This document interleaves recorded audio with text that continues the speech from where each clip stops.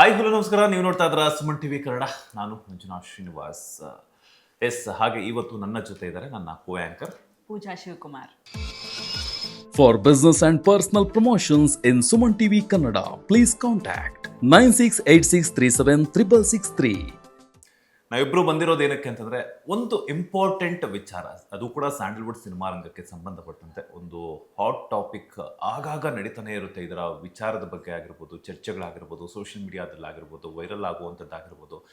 So ಈ ಒಂದು ವಿಚಾರದ ಬಗ್ಗೆ ನಾವು ಮಾತನಾಡ್ತಾ ಇದ್ದೀವಿ. ಅದು ಯಾವ ವಿಚಾರ ಅಂತಂದ್ರೆ ಪೂಜಾ ನೀವೇ ಹೇಳ್ತೀರಾ? ಓಕೆ, ದರ್ಶನ್ ಮತ್ತು ಸುದೀಪ್ ಅವರ ಫ್ರೆಂಡ್ಶಿಪ್.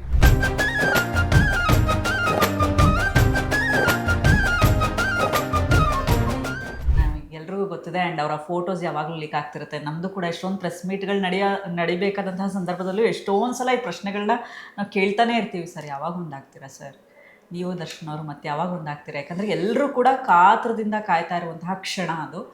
ಸೊ ಎಸ್, ಆ್ಯಂಡ್ ಅವರ ಫ್ರೆಂಡ್ಶಿಪ್ನ ಎಷ್ಟೊಂದು ಜನ ಒಂದು ಇದಕ್ಕೆ ಹೋಲಿಕೆ ಮಾಡ್ತಾರೆ. ಅಂದರೆ ಈಗ ರಜನಿಕಾಂತ್ ಅವರು, ಕಮಲ್ ಹಾಸನ್ ಅವರು, ಅವರ ಫ್ರೆಂಡ್ಶಿಪ್ಪಿಗೆ ಹೋಲಿಕೆ ಮಾಡ್ತಾರೆ. ಸೊ ನಿಮಗೆ ಏನು ಅನ್ಸುತ್ತೆ ಅವರ ಫ್ರೆಂಡ್ಶಿಪ್? ಎಸ್, ಒಂದು ಕಾಲದಲ್ಲಿ ನಮ್ಮ ಸ್ಯಾಂಡಲ್ವುಡ್ ಸಿನಿಮಾ ರಂಗದಲ್ಲಿ ಫ್ರೆಂಡ್ಶಿಪ್ ಅಂತ ಬಂದ ತಕ್ಷಣ ನೆನಪಾಗುವಂಥದ್ದು ಅಂತಂದರೆ ಅಂಬರೀಷ್ ಅವರು ಹಾಗೇನೆ ವಿಷ್ಣುವರ್ಧನ್ ಅವರು. ಅದಾದ ನಂತರ ಈಗಿನ ಯಂಗ್ಸ್ಟರ್ಸ್ಗೆ ಕಿಚ್ಚ ಸುದೀಪ್ ಅವರು ಹಾಗೇನೆ ದರ್ಶನ್ ಅವರು ಅಂತಂದರೆ ಅಚ್ಚುಮೆಚ್ಚು. ಅವರಿಬ್ಬರ ಥರನೇ ಸಕ್ಕತ್ತಾಗಿದ್ರು, ಅವರಿಬ್ಬರ ಒಡನಾಟ ಚೆನ್ನಾಗಿತ್ತು, ಅವರಿಬ್ಬರ ಬಾಂಡಿಂಗ್ ಅಂತೂ ಸಿಕ್ಕಾಪಟ್ಟೆ ಚೆನ್ನಾಗಿತ್ತು.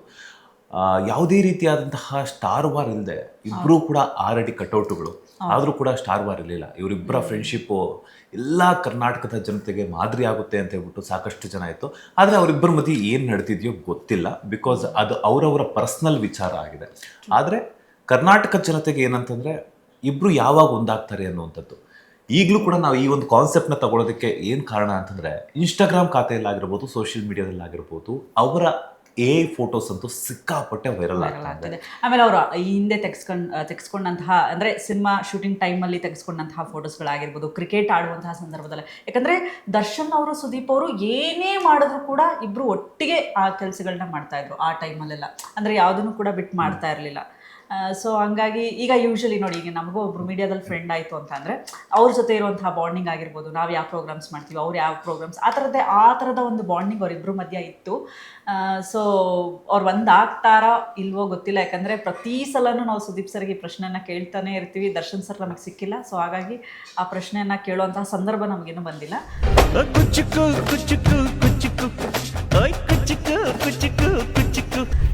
ಅಲ್ವಾ ಮಂಜು, ಕೇಳ್ತಾನೆ ಇರ್ತೀವಿ. ಎಸ್, ಅಂದರೆ ಕಿಚ್ಚ ಸುದೀಪ್ ಅವರು ದರ್ಶನ್ ಅವರಿಂದ ಬೇರ್ಪಟ್ಟಾಗ ಅದಾದ್ರೂ ಕೂಡ, ಅಂದರೆ ಕಿಚ್ಚ ಸುದೀಪ್ ಅವರು ದರ್ಶನ್ ಅವರಿಂದ ಬೇರ್ಪಡೆ ಆದರೂ ಕೂಡ ದರ್ಶನ್ ಅವರನ್ನ ಇದುವರೆಗೂ ಕೂಡ ಯಾವತ್ತೂ ಕೂಡ ಬಿಟ್ಕೊಟ್ಟಿಲ್ಲ. ಟ್ರೂ, ಹೌದು. ಅವರು ಜೈಲಿಗೆ ಹೋಗಿರುವಂತಹ ಸಂದರ್ಭದಲ್ಲೂ ಕೂಡ ಒಂದು ಇಂಟರ್ವ್ಯೂ ಅಲ್ಲಿ ಹೇಳ್ತಾರೆ ಪೂಜಾ, ಏನಂತಂದ್ರೆ ನಮ್ಗೆಲ್ಲ ಮೋಡ ಕವಿದ ವಾತಾವರಣ. ಈಗ ಇಂಟರ್ವ್ಯೂ ಮಾಡ್ತಿರುವಂತಹ ಒಬ್ಬ ಆಂಕರ್ ಕೇಳ್ತಾರೆ, ದರ್ಶನ್ ಅವರ ಮರ್ಡರ್ ಆ ಒಂದು ಸಿಚುವೇಶನ್ ಅಲ್ಲಿ ನಿಮ್ಗೆ ಏನು ಅನ್ನಿಸ್ತು ಅಂತ ಸಂದರ್ಭದಲ್ಲಿ ಹೇಳ್ತಾರೆ ಕಿಚ್ಚ ಸುದೀಪ್ ಅವರು, ಗೊತ್ತಾಗ್ತಿಲ್ಲ ಸರ್, ಆ ಮನುಷ್ಯ ಈ ಮಟ್ಟಕ್ಕೆ ಇಳಿತಾರ ಅಂತ ಸಾಧ್ಯನೇ ಇಲ್ಲ. ಬಿಕಾಸ್ ಅವ್ರಿಗೆ ಪರ್ಸನಲಿ ಗೊತ್ತಿರುತ್ತಲ್ಲ, ಪರ್ಸನಲಿ ದರ್ಶನ್ ಅವ್ರು ಏನು ಅಂತ ಗೊತ್ತಿರುತ್ತೆ. ಏನೇ ವೈಮನಸ್ಸಿದ್ರು, ಎಷ್ಟೇ ಜಗಳ ಇದ್ರು ಕೂಡ ಅವ್ರು ಏನು ಅನ್ನೋಂಥದ್ದು ಗೊತ್ತಿರುತ್ತೆ. ಈ ಮಟ್ಟಕ್ಕೆ ಇಳಿಯೋದಿಲ್ಲ. ಇನ್ನೊಂದು, ಪೊಲೀಸ್ ಅವರು ಅಂತ ಒಬ್ಬ ದೊಡ್ಡ ವ್ಯಕ್ತಿನ ಸುಮ್ಮನೆ ಕರ್ಕೊಂಡು ಹೋಗ್ತಾರೆ, ಅದನ್ನು ಕೂಡ ನಂಬಕ್ಕಾಗಲ್ಲ.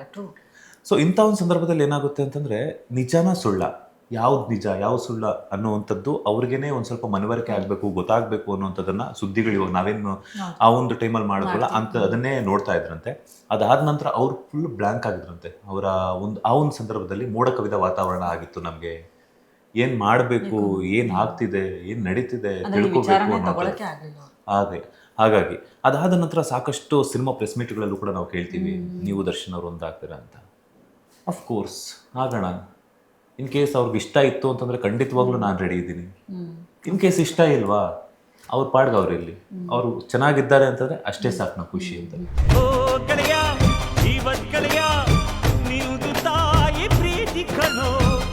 ಇದಾದ್ಮೇಲೆ ಇನ್ನೊಂದು ಸಂದರ್ಭ ಎದುರಾಗತ್ತೆ. ಅಂದರೆ ಕ್ರಾಂತಿ ಸಿನಿಮಾ ಪ್ರಮೋಷನ್ ಟೈಮಲ್ಲಿ ದರ್ಶನ್ ಅವ್ರಿಗೆ ಯಾರೋ ಏನೋ ಒಂದು ಚಪ್ಪಲಿ ತೂರಾಟ ಮಾಡ್ತಾರೆ. ಆ ಸಂದರ್ಭದಲ್ಲೂ ಕೂಡ ಕಿಚ್ಚ ಸುದೀಪ್ ಅವರು ಅದಕ್ಕೆ ರಿಯಾಕ್ಟ್ ಮಾಡಿದರು. ಅಂದರೆ ಒಂದು ಪತ್ರ ಮುಖೇನ ಅಂದರೆ ಈ ಥರ ಎಲ್ಲ ಆಗಬಾರ್ದಿತ್ತು, ಇದನ್ನು ನಾನು ಖಂಡಿಸ್ತೀನಿ. ಸೊ ಹಾಗಾಗಿ ಈ ವಿಚಾರ ನನಗೆ ಇಷ್ಟ ಆಗಲಿಲ್ಲ. ದರ್ಶನ್ ಅವರು ಒಂದು ದೊಡ್ಡ ಆ್ಯಕ್ಟ್ರು, ಅವ್ರ ಮೇಲೆ ಇಂಥ ವಿಚಾರ ಅಂದರೆ ಈ ಥರ ಒಂದು ಚಪ್ಪಲಿ ಎಸೆಯೋದಿದೆಯಲ್ಲ, ಅದು ತುಂಬ ದೊಡ್ಡ ಅಪರಾಧ ಇದು ಅಂತ ಹೇಳ್ಬಿಟ್ಟು ಅದನ್ನು ಖಂಡಿಸಿದ್ರು. ಜೊತೆಗೆ ಪತ್ರನ ಕೂಡ ಬರೆದ್ರು ದರ್ಶನ್ ಅವರಿಗೆ. ದರ್ಶನ್ ಅವರು ಅದಕ್ಕೆ ಟ್ವೀಟ್ ಮುಖಾಂತರ ರಿಪ್ಲೈ ಕೂಡ ಮಾಡಿದ್ರು, ಧನ್ಯವಾದಗಳನ್ನ ತಿಳಿಸಿದ್ರು. ಇದೆಲ್ಲ ನೋಡಿದಾಗ ಇನ್ನೂ ಎಕ್ಸ್ಪೆಕ್ಟೇಷನ್ಸ್, ಒಂದು ಆಗ್ತಾರೇನೋ, ಮುಂದೆ ಒಂದಾಗ್ಬೋದೇನೋ. ಅವ್ರ ವಿಚಾರದಲ್ಲಿ ಒಂದೇ ವಿಚಾರದಲ್ಲಿ ಸಣ್ಣ ಮನಸ್ತಾಪ ಉಂಟಾಯಿತು, ಊಹಾಪೋಹ ಗೊತ್ತಿಲ್ಲ ನನಗೆ.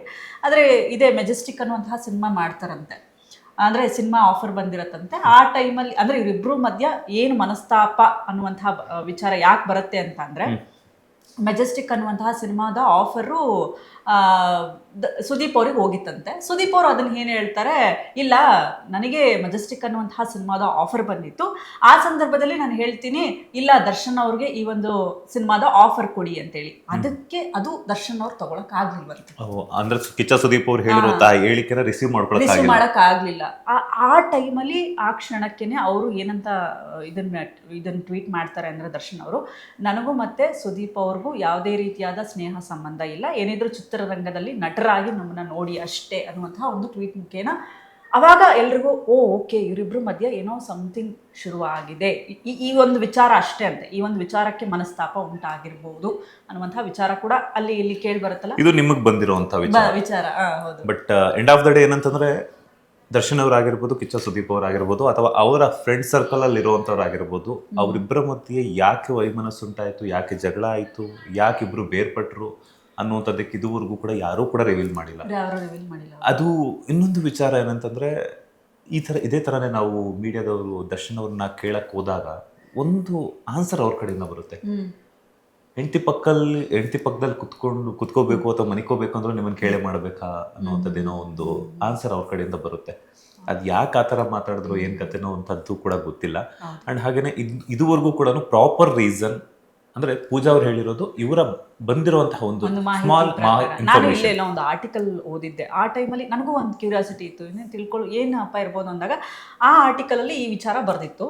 ಸೊ ನಾನು ಅಲ್ಲಿ ಆ ವಿಚಾರನ ನೋಡಿದೆ. ಸೊ ಆ ವಿಚಾರವನ್ನು ನೋಡ್ಕೊಂಡು ಅವರು ಹೇಳಿದ್ದಾರೆ. ಬಟ್ ಅದಕ್ಕಿಂತ ಬೇರೆ ಬೇರೆ ಆಗಿರಬಹುದು, ಅಥವಾ ಬೇರೆ ಇನ್ನೇನಾದ್ರೂ ಇರಬಹುದು, ಅಥವಾ ಪರ್ಸನಲ್ ವಿಚಾರಕ್ಕೆ ಏನಾದರೂ ಸಂಬಂಧಪಟ್ಟಿದೆಯಾ ಅನ್ನುವಂಥದ್ದು ಗೊತ್ತಿಲ್ಲ.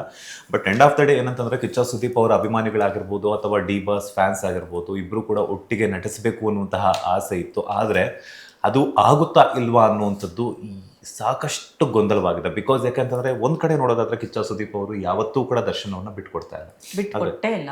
ದರ್ಶನ್ ಅವರು ಕೂಡ ಅದ್ರ ಬಗ್ಗೆ ರಿಯಾಕ್ಟ್ ಮಾಡೋದಕ್ಕೆ ಆಗ್ತಿಲ್ಲ. ಬಿಕಾಸ್ ಯಾಕೆ ಅಂತಂದ್ರೆ, ಅಥವಾ ಅವ್ರಿಗೆ ಇಷ್ಟ ಇದೆಯಾ, ಅಥವಾ ಹೇಳ್ಕೊಳಕ್ ಆಗ್ತಿಲ್ವಾ, ಅಥವಾ ಹೇಳ್ಬಿಟ್ರೆ ಏನಾಗುತ್ತೋ ಅನ್ನುವಂಥದ್ದು ಇದೆ. ಬಟ್ ಈ ಒಂದು ವಿಚಾರ ಆಗಾಗ ವೈರಲ್ ಆಗ್ತಾನೆ ಇರುತ್ತೆ. ಈಗಲೂ ಕೂಡ ವಿಡಿಯೋಸ್ ಏನಿದೆ, ಅವರಿಬ್ರು ಕುತ್ಕೊಂಡು ಬೀಚಲ್ಲಿ ಕುತ್ಕೊಂಡು ಒಂದು ಸ್ನ್ಯಾಕ್ಸ್ ತಿನ್ನೋವಂಥದ್ದಾಗಿರ್ಬೋದು, ಜ್ಯೂಸ್ ಕುಡಿಯುವಂಥದ್ದಾಗಿರ್ಬೋದು, ಅಥವಾ ಇನ್ನೊಂದಷ್ಟು ಫೋಟೋಸ್ ನಡ್ಕೊಂಡು ಓಡಾಡುವಂಥದ್ದಾಗಿರ್ಬೋದು. ಶೂಟಿಂಗ್ ಟೈಮಲ್ಲಿ ಆಡಿದ್ದು ಸಿಕ್ಕಾಪಟ್ಟೆ ವೈರಲ್ ಆಗ್ತಾ ಇತ್ತು. ಆ ವಿಡಿಯೋಸ್ ಆಗಿರ್ಬೋದು, ಫೋಟೋಸ್, ಅವ್ರು ಕ್ರಿಕೆಟ್ ಆಡೋದಾಗಿರ್ಬೋದು. ಆಮೇಲೆ ಒಟ್ಟಿಗೆನೆ ಕುದುರೆ ಸವಾರಿ ಮಾಡ್ತಿದ್ರು ಅವರ ಫಾರ್ಮ್ ಹೌಸ್ ಅಲ್ಲೆಲ್ಲಾನು. ಕಳೆದಂತಹ ಒಂದಷ್ಟು ನೆನಪುಗಳ ಬುತ್ತಿಯನ್ನ ದರ್ಶನ್ ಅವರಾಗಿರ್ಬೋದು ಅಥವಾ ಕಿಚ್ಚ ಸುದೀಪ್ ಅವರ ಫ್ಯಾನ್ ಸರ್ಕಲ್ ಅಲ್ಲಿ ಅಥವಾ ಫ್ರೆಂಡ್ ಸರ್ಕಲ್ ಅಲ್ಲಿ ಯಾರನ್ನಾದ್ರೂ ವಿಚಾರಣೆ ಮಾಡಿದಾಗ ಹತ್ರದಲ್ಲಿ ಯಾರಿರ್ತಲ್ಲ ಅಂತ ಅವ್ರು ಹೇಳ್ತಾನೆ ಇರ್ತಾರೆ. ಬಟ್ ಈಗಲೂ ಕೂಡ ಏನಂತಂದ್ರೆ, ಕಿಚ್ಚ ಸುದೀಪ್ ಅವ್ರ ಫ್ಯಾನ್ಸ್ ಮತ್ತೆ ದರ್ಶನ್ ಅವ್ರ ಫ್ಯಾನ್ಸ್ ಈಗಲೂ ಕೂಡ ಒಂದಾಗಬೇಕು ಅಂತ ಇದ್ದಾರೆ. ಸೊ ನಿಮ್ಗೇನ್ ಅನ್ಸುತ್ತೆ, ಒಂದಾಗಬೇಕು ಅಂತ? ಆಮೇಲೆ ಇನ್ನೊಂದು ಒಂದಷ್ಟು ಕಮೆಂಟ್ಸ್ ನೋಡ್ತಾ ಇದ್ದೆ, ದರ್ಶನ್ ಅವರು ಈ ತರ ತಪ್ಪು ಮಾಡ್ತಾ ಇರ್ಲಿಲ್ವೇನು, ಅಂತಹ ಫ್ರೆಂಡ್, ಅಂತಹ ಸ್ನೇಹಿತ, ಕಿಚ್ಚ ಸುದೀಪ್ ಅನ್ನುವಂತಹ ಸ್ನೇಹಿತ ಏನಿದಾರಲ್ಲ, ಅವ್ರು ಏನಾದ್ರು ಜೊತೆಲಿದ್ದಿದ್ರೆ ಈ ತರ ತಪ್ಪುಗಳು ಆಗ್ತಾ ಇರ್ಲಿಲ್ವೇನೋ ಅನ್ನುವಂತಹ ಒಂದಷ್ಟು ಜನ ಅಭಿಮಾನಿಗಳು ಕಮೆಂಟ್ ಹಾಕಿದ್ರು. ಯಾಕಂದ್ರೆ ಅವ್ರ ಫ್ರೆಂಡ್ಶಿಪ್ ಅಷ್ಟು ಚೆನ್ನಾಗಿತ್ತು. ಮೇ ಬಿ ಫ್ರೆಂಡ್ ಸಾಥ್ ನೀಡಿದಾಗ ಇದನ್ನ ಮಾಡ್ಬೇಡ, ಯೂಶಲಿ ಕೇಳ್ತೀವಲ್ಲ ಫ್ರೆಂಡ್ಸ್ ಅಂತ ಬಂದಾಗ, ಹೆಂಗಿರುತ್ತೆ ಏನು ಹಿಂಗೆ ಅಂತ ಕೇಳಿದಾಗ, ಆತ ಏನಾದ್ರು ಜೊತೆಗಿದ್ರು, ಆ ಥರ ಫ್ರೆಂಡ್ಶಿಪ್ ಏನಾದರೂ ಇತ್ತು ಅಂದಿದ್ರೆ, ಅವರಿಬ್ಬರು ಮಧ್ಯೆ ಅಷ್ಟು ಚೆನ್ನಾಗಿರೋ ಬಾಂಡಿಂಗ್ ಏನಾದ್ರು ಕಂಟಿನ್ಯೂ ಆಗಿತ್ತು ಅಂದರೆ, ಬಹುಶಃ ದರ್ಶನ್ ಅವರು ಕೂಡ ಇಂತಹ ತಪ್ಪು ಮಾಡ್ತಾ ಇರ್ಲಿಲ್ವೇನೋ ಅಂತ ಒಂದಷ್ಟು ಜನ ಅಭಿಮಾನಿಗಳು ಕಮೆಂಟ್ ಕೂಡ ಹಾಕಿದ್ರು. ದರ್ಶನ್ ಅವ್ರ ಫ್ಯಾನ್ಸ್ ಆಗಿರ್ಬೋದು, ಕಿಚ್ಚ ಸುದೀಪ್ ಫ್ಯಾನ್ಸ್ ಆಗಿರ್ಬೋದು, ಸೋಷಿಯಲ್ ಮೀಡಿಯಾದಲ್ಲಿ ಆಗಾಗ ಮಾತಾಡ್ತಾನೆ ಇರ್ತಾರೆ. ಬಟ್ ಒಂದು ವಿಚಾರ ಏನಂತಂದ್ರೆ, ಫ್ಯಾನ್ಸ್ ವಾರ್ ಮಾಡಕ್ ಹೋಗ್ಬಿಡಿ, ಫ್ಯಾನ್ಸ್ ಆಗೇ ಇರಿ. ಬಿಕಾಸ್ ಯಾಕಂತಂದ್ರೆ, ನಿಮ್ಮ ನಟನ ಮೇಲೆ, ನೀವು ಆರಾಧಿಸುವಂತಹ ಒಬ್ಬ ಆಕ್ಟರ್ ಮೇಲೆ ನಿಮ್ಗೆ ಎಷ್ಟು ಪ್ರೀತಿ ಇರುತ್ತೆ ಅನ್ನುವಂಥದ್ದು ಗೊತ್ತೇ ಇರುತ್ತೆ. ಆದರೆ ಅದು ಸೋಷಿಯಲ್ ಮೀಡಿಯಾ ಮಾತ್ರ ಸೀಮಿತವಾಗಿರಬಾರ್ದು, ನಿಮ್ಮ ಮನಸ್ಸಲ್ಲಿರಬೇಕು ಅನ್ನುವಂಥದ್ದನ್ನು ನಾನು ಹೇಳ್ತೀನಿ. ಬಿಕಾಸ್ ಯಾಕಂತಂದ್ರೆ, ದರ್ಶನ್ ಅವರ ಈ ಒಂದು ಇನ್ಸಿಡೆಂಟ್ ಆದಮೇಲೆ ಅದು ಸರಿನಾ ತಪ್ಪಾ ಅನ್ನುವಂಥದ್ದು ಇನ್ನೂ ಕೋರ್ಟಲ್ಲಿದೆ. ಸೊ ಈಗಾಗಲೇ ದರ್ಶನ್ ಅವ್ರು ರಿಲೀಸ್ ಆಗಬೇಕು ಅನ್ನುವಂಥದ್ದು ಸಾಕಷ್ಟು ಸೆಲೆಬ್ರಿಟಿಗಳಾಗಿರ್ಬೋದು, ಕರ್ನಾಟಕ ಜನತೆ ಆಗಿರ್ಬೋದು, ಕನ್ನಡ ಇಂಡಸ್ಟ್ರಿಯ ಒಂದಷ್ಟು ನಟರಾಗಿರ್ಬೋದು, ನಟಿಯರು, ಅದರೊಟ್ಟಿಗೆ ಪ್ರಪಂಚದಾದ್ಯಂತ ಇರುವಂತಹ ದರ್ಶನ್ ಫ್ಯಾನ್ಸ್ಗೂ ಕೂಡ ಆ ಒಂದು ಕ್ಷಣಕ್ಕೋಸ್ಕರ ವೆಯ್ಟ್ ಮಾಡ್ತಿದ್ದಾರೆ. ಇನ್ನೇನು ಕೆಲವೇ ದಿನಗಳಲ್ಲಿ ರಿಲೀಸ್ ಆಗ್ತಾರೆ ಅನ್ನುವಂಥದ್ದು ಕೂಡ ಇದೆ. ಸೊ ಯಾವತ್ತೇ ಆಗಿರ್ಬೋದು, ನಾನು ಹೇಳುವಂಥದ್ದು ಏನಂತಂದ್ರೆ, ಒಂದಷ್ಟು ಜನ ದರ್ಶನ್ ಅಭಿಮಾನಿಗಳಿಗೆ ಹೇಳುವಂಥದ್ದು ಏನಂತಂದರೆ, ಸೋಷಿಯಲ್ ಮೀಡಿಯಾ ಅನ್ನುವಂಥದ್ದು ನಿಮ್ಗೆ ಸಿಕ್ಕಿರುವಂತಹ ಒಂದು ಅದ್ಭುತವಾದಂತಹ ಪ್ಲಾಟ್ಫಾರ್ಮ್. ಅದನ್ನು ನಿಮ್ಮ ಪ್ರೀತಿ, ನಟನ ಮೇಲೆ ಪ್ರೀತಿ ಇರುತ್ತೆ, ವ್ಯಕ್ತಪಡಿಸಿ. ನಮ್ಮ ಸಾರ್ ಚೆನ್ನಾಗಿದ್ದಾರೆ, ನಮ್ಮ ದರ್ಶನ್ ಸರ್ ಚೆನ್ನಾಗಿದ್ದಾರೆ, ನಮ್ಮ ಬಾಸ್ ಚೆನ್ನಾಗಿದ್ದಾರೆ, ಹಾಗೆ ಹಿಂಗೆ ಅಂತ ಹೇಳ್ಬಿಟ್ಟು. ಬಟ್ ಬೇರೊಬ್ಬ ನಟನಿಗೆ ನಿಂದನೆ ಮಾಡುವಂಥದ್ದು ಬೇಕಾಗಿಲ್ಲ. ಬಿಕಾಸ್ ಯಾಕೆಂತಂದರೆ, ನೀವು ಮಾಡುವಂತಹ ಒಂದು ಸಣ್ಣ ತಪ್ಪು ಆ ನಟನ ಒಂದು ಹೆಸರಿಗೆ ಮಸಿ ಬಳಿಯುವಂತಹ ಒಂದು ಕೆಲಸ ಆಗುತ್ತೆ ಅಂತ.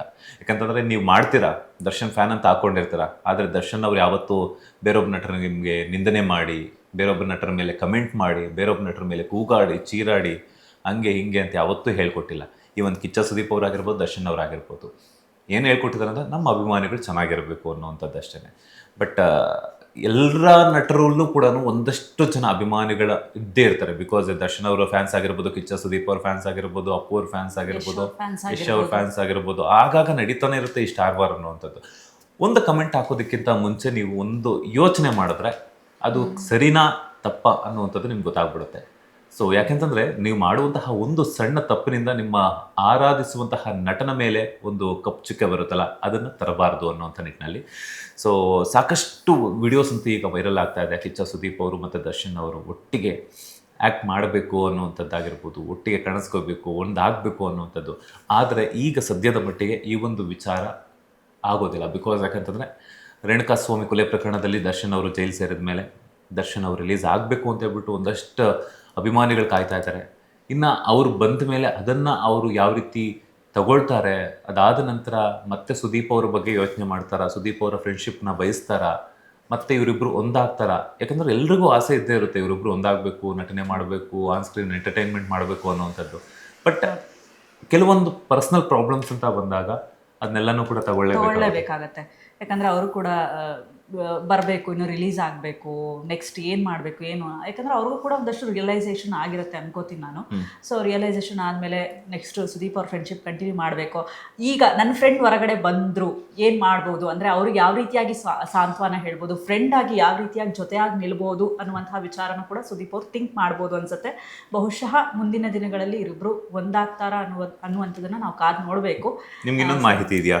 ಹಾಂ, ಎಲ್ಲ ಫ್ಯಾನ್ಸು, ದರ್ಶನ್ ಫ್ಯಾನ್ಸ್ ಹೇಳ್ತಾರೆ ಕಿಚ್ಚ ಸುದೀಪ್ ಅವರು ಬಗ್ಗೆ, ಡಿ ಬಾಸ್ ನಿಜವಾದ ಫ್ರೆಂಡೇ ಆಗಿದ್ರೆ, ಕಿಚ್ಚ ಸುದೀಪ್ ಅವರು ದರ್ಶನ್ ಅವರ ನಿಜವಾದ ಫ್ರೆಂಡ್ ಆಗಿದ್ರೆ ಜೈಲ್ಗೆ ಹೋಗಿ ಭೇಟಿ ಆಗ್ತಿದ್ರು ಅಂತ ಹೇಳ್ಬಿಟ್ಟು. ಆದರೆ ಪ್ರತ್ಯಕ್ಷವಾಗಿ ಕಿಚ್ಚ ಸುದೀಪ್ ಅವರು ದರ್ಶನ್ ಅವರನ್ನ ಜೈಲಿಗೆ ಹೋಗಿ ಭೇಟಿ ಆಗಿಲ್ಲ ಅಂತಂದ್ರು ಕೂಡ ದರ್ಶನ್ ಅವರ ಬಗ್ಗೆ ವಿಚಾರಣೆಯನ್ನು ವಿಚಾರಣೆ ಮಾಡ್ತಿರ್ತಾರೆ. ಹೌದು, ಹೆಂಗಿದ್ದಾರೆ, ತಿಳ್ಕೋತಾರೆ, ಹೇಗಿದ್ದಾರೆ, ಅವ್ರಿಗೆ ಲೈಕ್ ಬ್ಯಾಕ್ ಪೇನ್ ಬಂದಾಗಲೂ ಕೂಡ ಹೇಗಿದ್ದಾರೆ ಅಂತ ಹೇಳ್ಬಿಟ್ಟು ಒಂದಷ್ಟು ಸರ್ಕಲ್ ಇರ್ತಲ್ಲ, ಅವ್ರ ಬಗ್ಗೆ ಎಲ್ಲಾನು ತಿಳ್ಕೊಂತಾರೆ. ಚೆನ್ನಾಗಿದ್ದಾರೆ ಅಂದ್ರೆ ಖುಷಿ ಪಡ್ತಾರೆ. ಸೊ ಇಂಥ ಒಂದು ಸಂದರ್ಭದಲ್ಲಿ ಅಭಿಮಾನಿಗಳು, ಎಷ್ಟೋ ಜನ ಅಭಿಮಾನಿಗಳಲ್ಲಿ ಯಾರಿಗೂ ಗೊತ್ತಿರೋದಿಲ್ಲ ಈ ಒಂದು ವಿಚಾರ. ಬಿಕಾಸ್ ಯಾಕಂತಂದ್ರೆ ಅವರ ಹತ್ತಿರದಲ್ಲಿದ್ದಂಥವ್ರೆ ಒಂದಷ್ಟು ಜನ ನಮಗೆ ಹೇಳ್ತಾರೆ. ಮೀಡಿಯಾದವ್ರು ಆಗಿರೋದ್ರಿಂದ ಸರ್ ಏನು ಸರ್ ಹಿಂಗೆ ವಿಚಾರಿಸ್ತಾರೆ ಅಂತ ಕೇಳಿದಾಗ ಅವ್ರು ಕೆಲವೊಂದು ವಿಚಾರಗಳನ್ನ ಹೇಳಿದಿದೆ. ಇಲ್ಲ, ಅವರು ಜೈಲಿಗೆ ಹೋಗದೇ ಇರ್ಬೋದು ನೋಡೋದಕ್ಕೆ, ಬಟ್ ಆದರೆ ಕಿಚ್ಚ ಸುದೀಪ್ ಅವ್ರ ಮನಸ್ಸಲ್ಲಿದೆ, ವಿಚಾರಿಸ್ತಿರ್ತಾರೆ ಅವಾಗವಾಗ ಅವ್ರು ಹೇಗಿದ್ದಾರೆ. ಆ್ಯಂಡ್ ಅವ್ರು ಇನ್ನೊಂದು ಮಾತು ಹೇಳ್ತಾರಲ್ಲ, ಅಂದರೆ ಅವ್ರ ಕುಟುಂಬದವ್ರಿಗಾಗಿರ್ಬೋದು, ಅವ್ರಿಗೆಲ್ಲ ಬಹಳಷ್ಟು ಆ ಒಂದು ನೋವನ್ನು ಭರಿಸುವಂತಹ ಶಕ್ತಿ ಆ ದೇವ್ರು ಕೊಡ್ಲಿ ಅಂತ ಕೂಡ ಒಂದು ವಿಚಾರನ ಕೂಡ ಹೇಳ್ತಾರೆ ಸುದೀಪ್ ಅವರು. ರೀಸೆಂಟಾಗಿ ನಿಮ್ಗೆ ಗೊತ್ತಿರ್ಬೋದು, ಒಂದು ಹಯಗ್ರೀವ ಸಿನಿಮಾದ ಒಂದು ರೀಸೆಂಟಾಗಿ ಒಂದು ವಾರ್ ನಡೀತು, ನಿಮ್ಗೆ ನೆನಪಿದೆಯಾ? ಯುದ್ಧಕ್ಕೆ ಸಾರದ್ರು ಅಂತ ಹೇಳ್ಬಿಟ್ಟು ಡೆವಿಲ್ ಸಿನಿಮಾ ರಿಲೀಸ್ ಆಗಿರುವಂತಹ ಸಂದರ್ಭದಲ್ಲಿ ಮತ್ತೆ ಮಾರ್ಕ್ ಸಿನಿಮಾ ರಿಲೀಸ್ ಆಗುವಂತಹ ಸಂದರ್ಭದಲ್ಲಿ ಎರಡೂ ಸಿನಿಮಾಗಳು ಒಟ್ಟಿಗೆ ಡಿಸೆಂಬರ್ ಅಲ್ಲಿ ರಿಲೀಸ್ ಆಗುತ್ತೆ, ಒಂದು ಯುದ್ಧ ಅಂತ ಹೇಳ್ಬಿಟ್ಟು. ಬಟ್ ಕಿಚ್ಚ ಸುದೀಪ್ ಅವರು ಪೈರಸಿ ವಿರುದ್ಧ ಯುದ್ಧ ನಡೆಸ್ತಾರೆ ಅಂತಂದ್ರೆ ಒಂದಷ್ಟು ಜನ ಅಭಿಮಾನಿಗಳು ಕಿಚ್ಚ ಸುದೀಪ್ ಹಾಗೆ ದರ್ಶನ್ ಅವರ ಮಧ್ಯೆ ತಂದಿಡುವಂತಹ ಪ್ರಯತ್ನಗಳನ್ನ ಮಾಡ್ತಾರೆ. ಸೊ ಆಗ್ಲೂ ಕೂಡ ಕ್ಲಿಯರ್ ಕಟ್ ಆಗಿ ಹೇಳ್ತಾರೆ ಕಿಚ್ಚ ಸುದೀಪ್ ಅವರು, ಇದ್ರ ಬಗ್ಗೆ ನಾವು ಮಾತಾಡಿದ್ದಲ್ಲ. ವಿಜಯಲಕ್ಷ್ಮಿ ಅವರು ಏನೋ ಒಂದು ಮಾತಾಡಿರ್ಬೋದು, ಅದು ಯಾರಿಗೆ ಮಾತಾಡಿದಾರೋ ಹೋಗಿ ಅವ್ರ ಹತ್ರನೇ ಕೇಳಿ, ನಿಮ್ಗೆ ಕ್ಲಾರಿಟಿ ಸಿಗುತ್ತೆ. ಅವ್ರು ನನಗೆ ಹೇಳಿಲ್ಲ. ನಾನು ಮಾತಾಡಿರುವಂಥದ್ದು, ನಾನು ಯುದ್ಧವನ್ನ ಎದುರಿಸಬೇಕು ಅಂತಿದ್ದು ಪೈರಸಿ ವಿರುದ್ಧ. ಯಾಕಂತಂದ್ರೆ ಎಷ್ಟೋ ಕಷ್ಟಪಟ್ಟು ಮಾಡ್ತಾರೆ ಸಿನಿಮಾಗಳನ್ನ. ಅಂಥ ಒಂದು ಸಂದರ್ಭದಲ್ಲಿ ರಿಲೀಸ್ ಆಗಿರುವಂತಹ ಕೆಲವೇ ಗಂಟೆಗಳಲ್ಲಿ ಸಿನಿಮಾ ಒಂದು ಸ್ಮಾಲ್ ಸ್ಕ್ರೀನಲ್ಲಿ ಡಿಜಿಟಲ್ ಮೂಲಕ ಎಲ್ಲರೂ ನೋಡ್ತಾರೆ ಅಂತಂದ್ರೆ ಹೌದು. ಆ ಒಂದು ಕಷ್ಟಕ್ಕೆ ಬೆಲೆ ಎಲ್ಲಿ ಸಿಗುತ್ತೆ ಅನ್ನುವಂಥದ್ದು. ಅದು ನೋಡಿ, ಅದೇ ಅವ್ರು ಹೇಳೋದೇ ಒಂದಾಗಿರುತ್ತೆ, ಇಲ್ಲಿ ಪೋಟ್ರೆ ಕೂಡ ಒಂದು ರೀತಿ ಮಾಡ್ಬಿಡ್ತೀರ. ಅದೇನಾಗುತ್ತೆ ಗೊತ್ತಾ, ಅವರಿಬ್ಬರು ಮಧ್ಯೆ ಮಿಸ್ಅಂಡರ್ಸ್ಟ್ಯಾಂಡಿಂಗ್ ಬರುತ್ತೆ, ಅದನ್ನ ನೀವೇ ಹುಟ್ಟಾಕ್ದಂಗೆ ಇರುತ್ತೆ. ಸೊ ಹಾಗಾಗಿ ಫ್ಯಾನ್ಸ್ ಅನ್ನೋದನ್ನ ನಾವು ಎಲ್ಲಿ ಆ ಫ್ಯಾನಿಸಮ್ ಅನ್ನೋದು ಅದನ್ನ ನಾವು ಹೆಂಗೆ ವ್ಯಕ್ತಪಡಿಸ್ಬೇಕು ಅನ್ನೋದು ನಮಗೆ ಚೆನ್ನಾಗಿ ಗೊತ್ತಿರಬೇಕು. ಅಂದರೆ ಯಾವ ಟೈಮಲ್ಲಿ ನಾವು ಅವ್ರಿಗೆ ಸಪೋರ್ಟ್ ಆಗಿರಬೇಕು, ಯಾವ ವಿಚಾರಗಳನ್ನ ನಾವು ಹೇಳಬೇಕು ಅನ್ನೋದು ಗೊತ್ತಿರಬೇಕು. ಯಾಕಂದರೆ ಎಷ್ಟೊಂದು ಜನ ವೇಟ್ ಮಾಡ್ತಿದ್ದೀವಲ್ಲ, ದರ್ಶನ್ ಅವರು ಮತ್ತು ಕಿಚ್ಚ ಸುದೀಪ್ ಅವ್ರನ್ನ ನೋಡಬೇಕು, ಅವರೊಂದು ಸಿನಿಮಾ ಮಾಡಬೇಕು ಅನ್ನೋ ಥರದ್ದೆಲ್ಲ.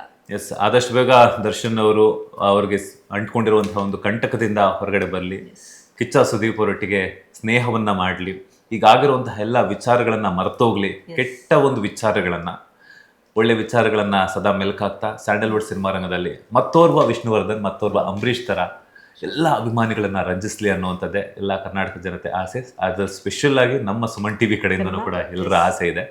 ಸೊ ಇದಾಗಿತ್ತು ಇವತ್ತಿನ ಕಾನ್ಸೆಪ್ಟ್. ಸೊ ಕಿಚ್ಚ ಸುದೀಪ್ ಅವರು ಮತ್ತು ದರ್ಶನ್ ಅವರು ಒಂದಾಗ್ತಾರಾ ಇಲ್ವಾ ಅನ್ನುವಂಥದ್ದು. ಸೊ ದಯವಿಟ್ಟು ಮತ್ತೊಮ್ಮೆ ಕೇಳ್ತಾ ಇರೋದು ಏನಂತಂದ್ರೆ, ಯಾವ ನಟನ ಫ್ಯಾನ್ಸ್ ಆಗಿರ್ಬೋದು, ದಯವಿಟ್ಟು ಸೋಷಿಯಲ್ ಮೀಡಿಯಾದಲ್ಲಿ ಕೆಟ್ಟ ಕಮೆಂಟ್ಸನ್ನು ಹಾಕೋಕೆ ಹೋಗ್ಬೇಡಿ, ಇನ್ನೊಬ್ಬ ನಟನನ್ನು ನಿಂದನೆ ಮಾಡೋಕೆ ಹೋಗ್ಬೇಡಿ. ನಟಿ ಆಗಿರ್ಬೋದು, ನಟ ಆಗಿರ್ಬೋದು, ಯಾರ ಬಗ್ಗೆನೂ ಕೂಡ ಅವಹೇಳನಕಾರಿಯಾದಂತಹ ಒಂದಷ್ಟು ಕಮೆಂಟ್ಸ್ಗಳನ್ನು ಹರಿಬಿಡಬೇಡಿ ಅಂತ ಹೇಳ್ತಾ ಇವತ್ತಿನ ಒಂದು ಕಾರ್ಯಕ್ರಮವನ್ನು, ಇವತ್ತಿನ ಒಂದು ಅಪ್ಡೇಟ್ಸ್ನೊಂದಿಗೆ ಮುಗಿಸ್ತಾ ಇದ್ವಿ. ಮುಂದಿನ ಅಪ್ಡೇಟ್ಸ್ನೊಂದಿಗೆ ಮತ್ತೆ ಸಿಗ್ತೀವಿ. ಅಲ್ಲಿವರೆಗೂ ನೋಡ್ತಾನೆ ಇರಿ ಸುಮನ್ ಟಿವಿ ಕನ್ನಡ. ಧನ್ಯವಾದಗಳು.